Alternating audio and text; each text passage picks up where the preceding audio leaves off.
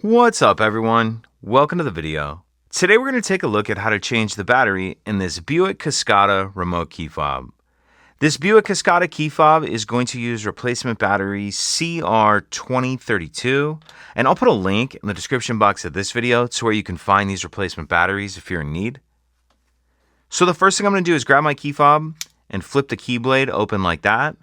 Then I'm going to come over here to the space where that key just flipped out of. And right here, I'm going to get a couple fingers in here like this, and then put my thumb down here like this.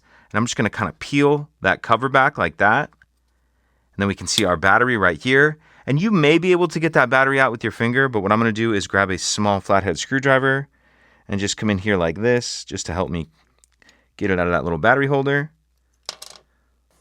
Once we get our old battery out, I'm going to grab my new replacement battery, and you want to make sure that you're installing that with the plus side up, positive side up. I'm going to come in here and tuck this edge in first like that, and then snap the battery down into place. I'll take my cover, snap that back on, fold the key blade back down, and that's it. If you could take a second to like and subscribe, it helps us out, and I'd appreciate it. Thank you.